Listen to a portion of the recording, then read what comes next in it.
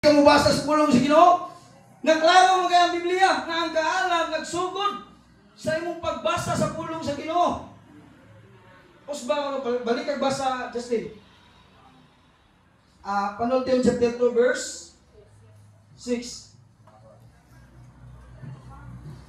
Ang Ginoo mo'y naghatag sa kaalam. Oh, naghatag sa kaalam. Ang kahibalo pagsabot nagikan sa iyang mga pulong. Nagagikan sa iyang mga sa Ginoo nga kaalam kung mutungtong ka, mutudlo ka, muwali ka, nga wala ka magtuon sa pulong sa Ginoo. Hello? Nasabtan na to? Dili na yes Ginoo, imo na kaugalingong kaalam. Mo na bantayan na nato sa atong mga kinabuhi. Samtang kita gigamit sa Ginoo, mga igsoon, magsugod dito sa atong kaugalingon. Mami ang ginaglan una sa tanan.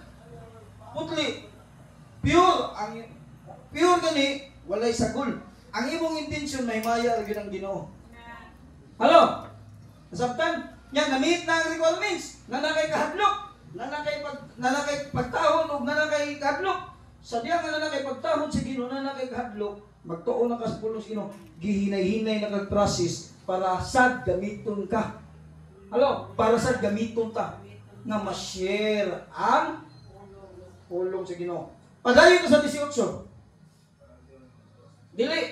Santiago chapter 3 verse 18. Padayon.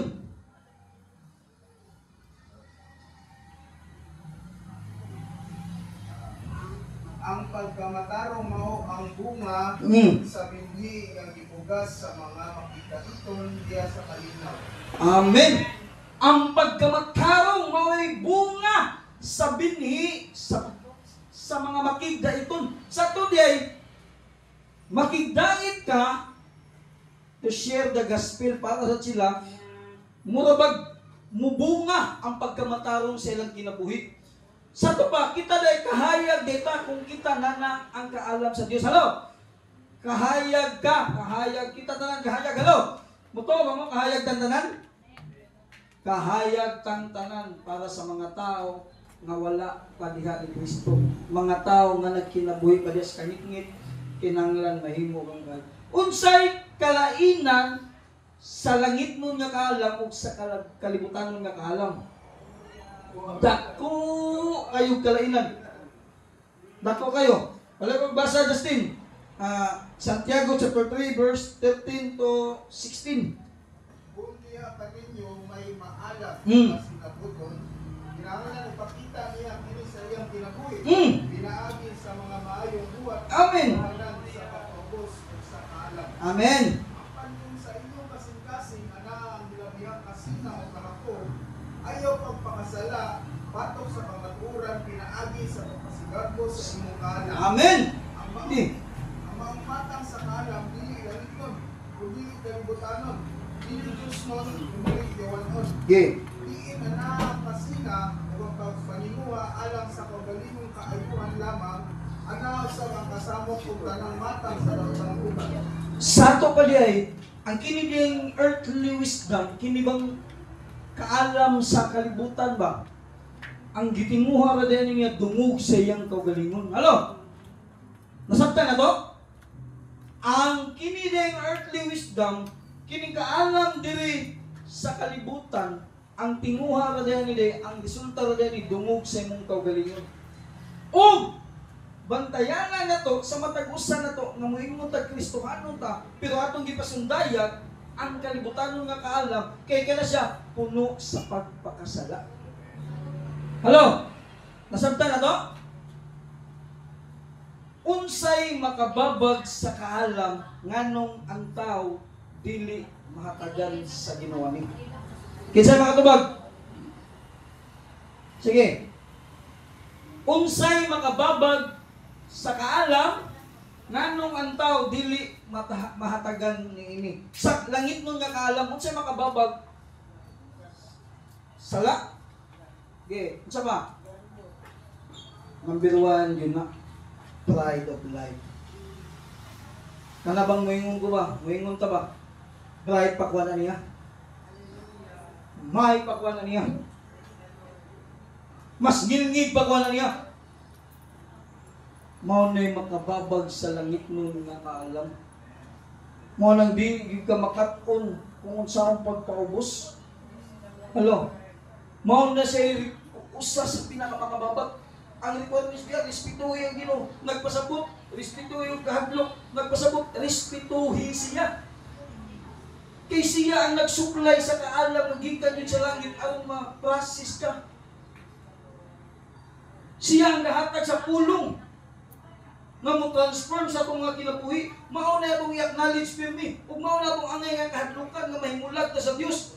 Pero kung ang pride ni mo gani, mo patigbabaw firme, alo, kung imo gani ng garbo, mo ana gani ka, mas may pa ko na niya. Di gyud mo supply ang Ginoo og kaalam. Parihan ni Apostol Pablo. Si Apostol Pablo usa ka Parisiyo. Alo, minaw ta, unsay na ni Apostol Pablo? Usa siya ka Parisiyo. Batid sa balaod sa Dios. Usa ka debatista. Kay samtang naging debate sila si Gamaliel, si ubang nga mga Parisiyo ni Ginoong Hesus, si Apostol Pablo naa sa tubangan. Usa siya kang ngilngig nga debatista og tungod sa iyang pagka literate o pagka maayo sa balaod sa Ginoo, gilutos man ganin niya mismo ang Ginoo. Alo. Tungod sa pagka maayo niya. Karon ug ningon ka ang equivalent karon sa Parisiyo karon nga kapanahonan abogado na. Alo, nagpasabot sayod sa tanan. Unsa ang balaod? O atong kapanahonan nila ang ilang gigamit ang Pentateuch, which is mo na gitun-an sa tanang mga Parisiyo. Nagpasabot kay Parisiyo mga kay abogado mga ikaw mismo kay bawo ka na tanan. Walay nalilong ni Apostol Pablo basta may tungod sa balaod sa Ginoo. Pero mga igsoon, wala niya padaang iyang kaugalingon samtang siya nagwali siya. Samtang siya nisugot sa sugo sa Ginoo, wala siyang moingon, ako, si Apostol Pablo, ang pinakamainlaki nga magwawali. Wala niya gingon. Unsa yang gingon?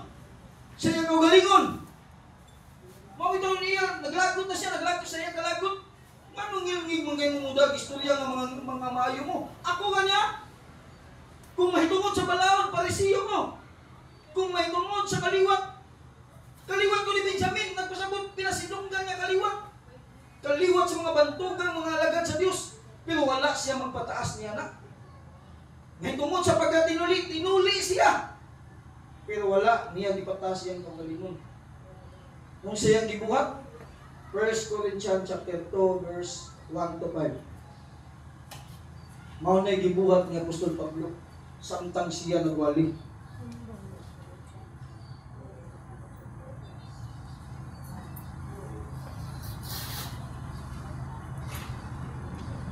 Hello, go, Justin.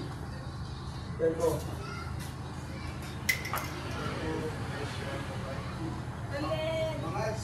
Sa akong pagkana aron pagwali sa tinagong Mga igsoon, sa akong pagkana aron pagwali sa tinagong kamatuoran gikan sa Dios, wala akong magamit og lahom o maalamong mga pulong.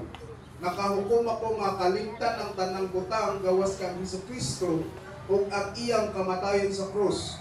Usa sa pag-ana ko kaninyo, kuyang ako og nagdurog sa kahadlok. Ang akong pagpanudlo ug pagwali dili pinaagi sa madanihong mga pulong sa tawhanong kaalam, kundi pinaagi sa pagpasundayag sa gahom sa Espiritu sa Dios. Aron ang inyong pagtuo dili mag-agad diha sa kaalam sa tao kundi sa gahom sa Dios.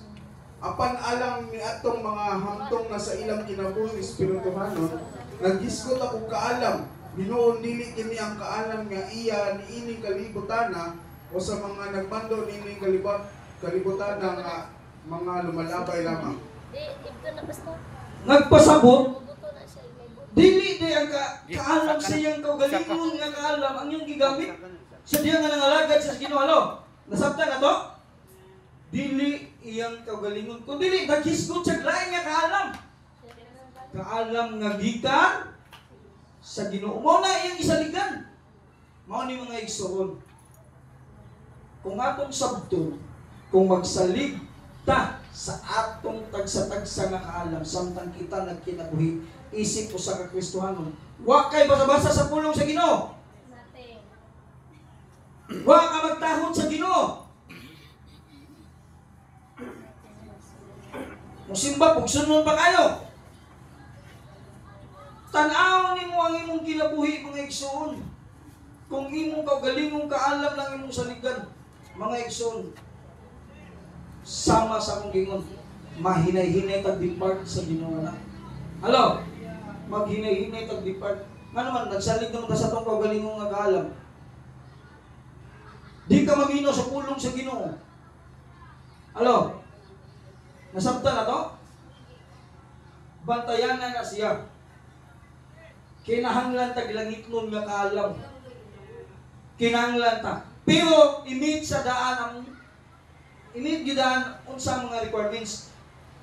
Gitagaan ta katungod sa Ginoo pangayo. Pangayo sa mga hindi siya daw. Pangayo Pero imit ang requirements, mao ang pagtahod ug kahadlok. Unya, basahan pulong si Ginoo kay mao na siya tinugdan sa kaalam. Nasabtan? Kinsa may mangutana diya? Pangutana, napala 8 minutos. 8 minutes. Why mangutana? Nakasabot siguro tanan. Nakasabot tanan? Ako lang mangutana. Ako yung mangutana. Ang tao na tagsa-tagsa nga galingon nga kaalam. Amen? Conflict ba ang kaalam sa tao o ang kaalam sa Diyos? Conflict ba?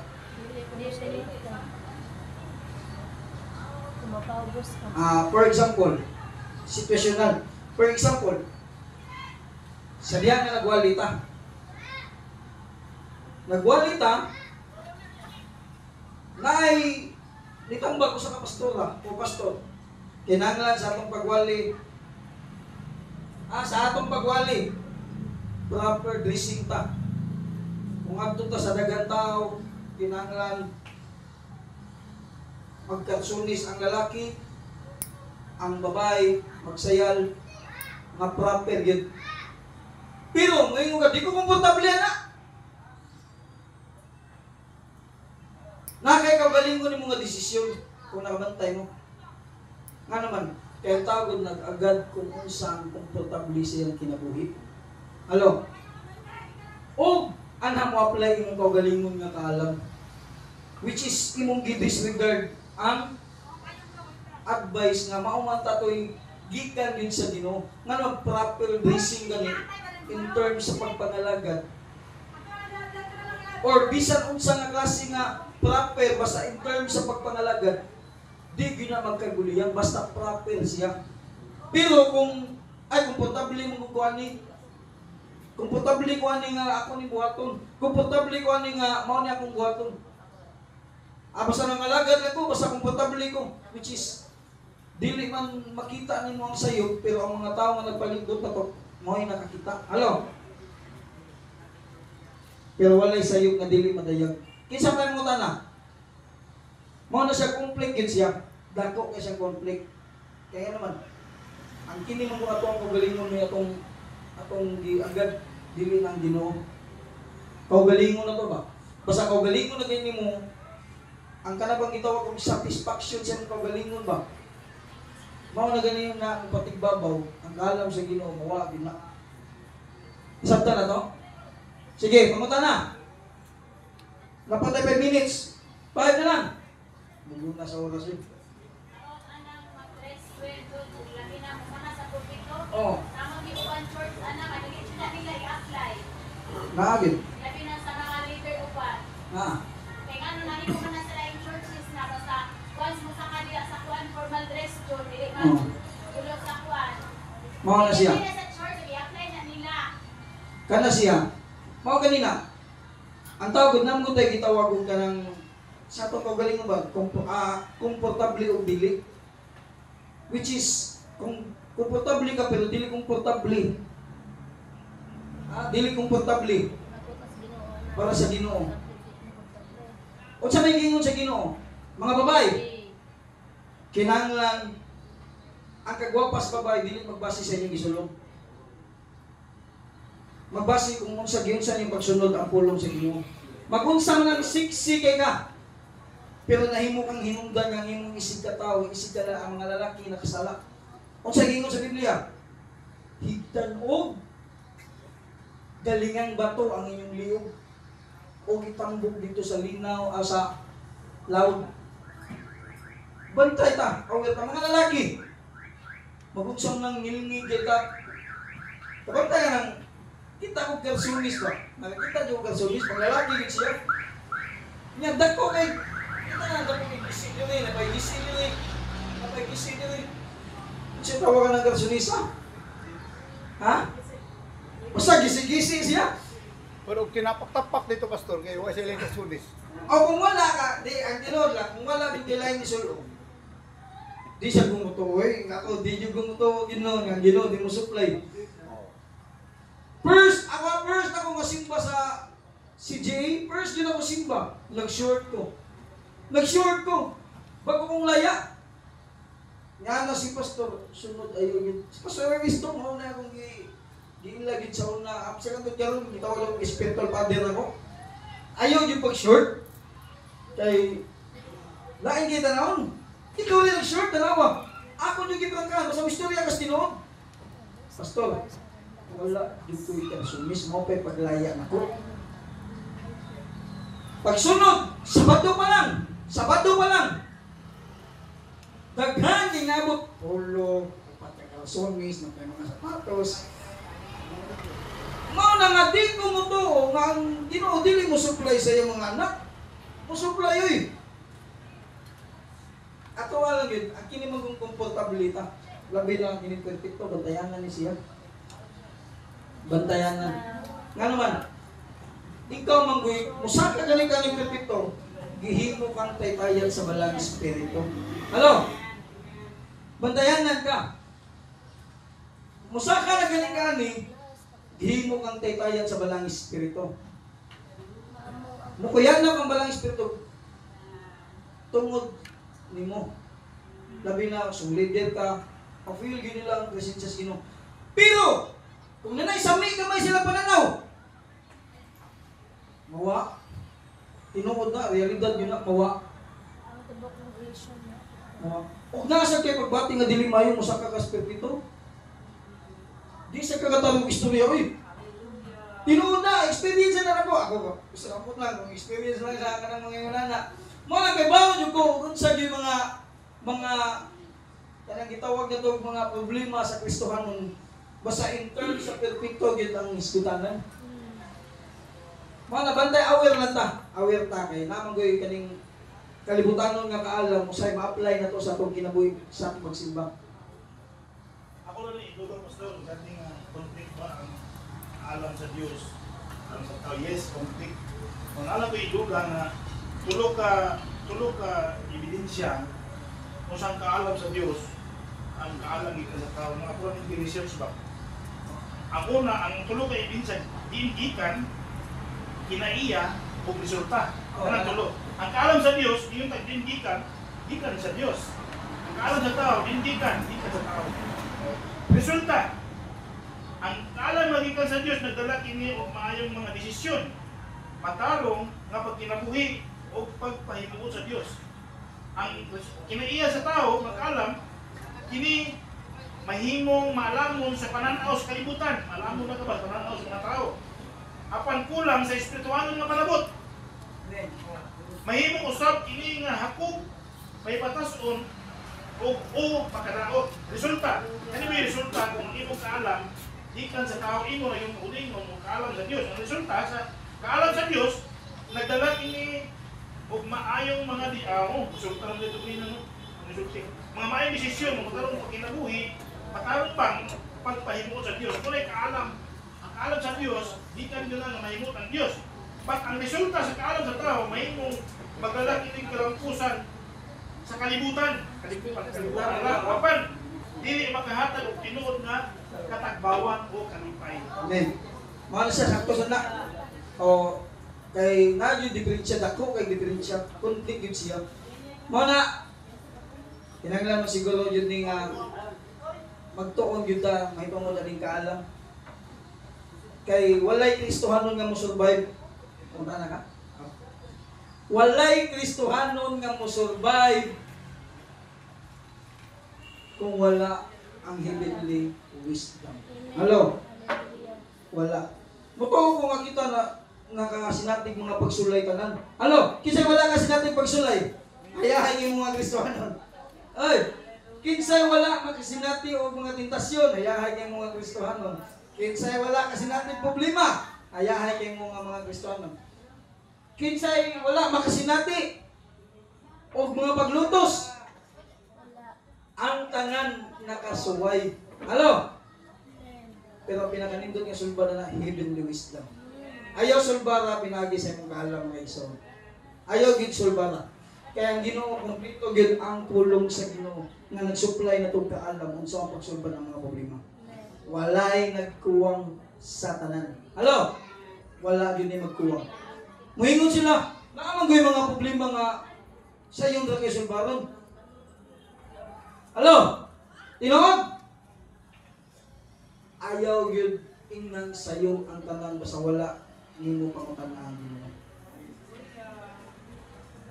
Kaya ang gingon diya sa Panultiyon chapter 3 verse 5.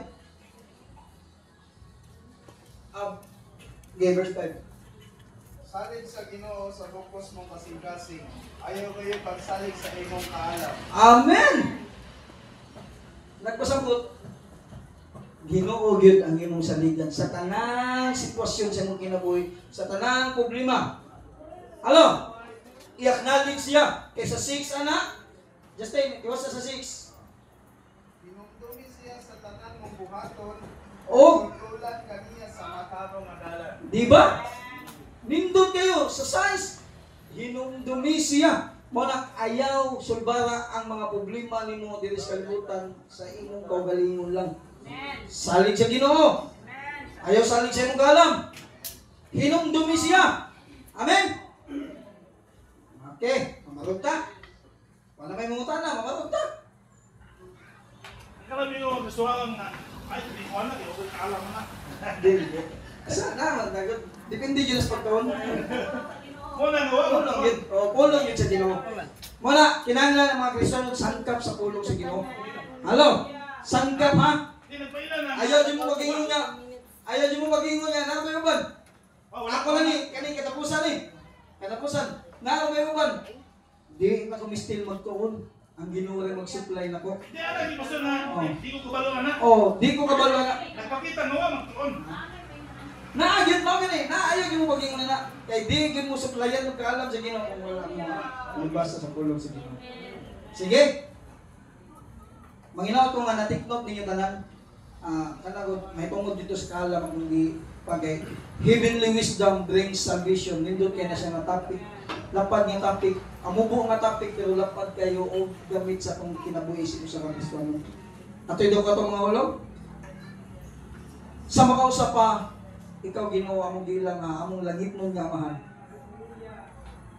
Ginoong Hesus, salamat nga ikaw o Dios nagahatag na usab og mga pagtulun-an Ginoo nga makahimo ka namo makahatag ka namo kadasig makahimo ka namo Ginoo tinuod nga Kristohanon. Tabangi kami Ginoo sa tanang higayon nga ang tanang pulong nga among nadunggan amo kining ma-apply sa among mga kinabuhi Ginoo. Sa tanan namong gisgutan ini Sunday school Ginoo, ikaw o Dios magatisok nini sa among kasing-kasing ng hunahuna ug tabangi kami nga among kini gamiton sa among pagkinabuhi isip usa ka Kristohanon. Salamat sa kaalam nga imong gihatag sa tanang higayon. Lord, dalaygon ka sa walay katapusan. Imo ang tanang dumog himaya sa pangalan sa Mahal sa anak ug sa Espiritu Santo. Amen o amen.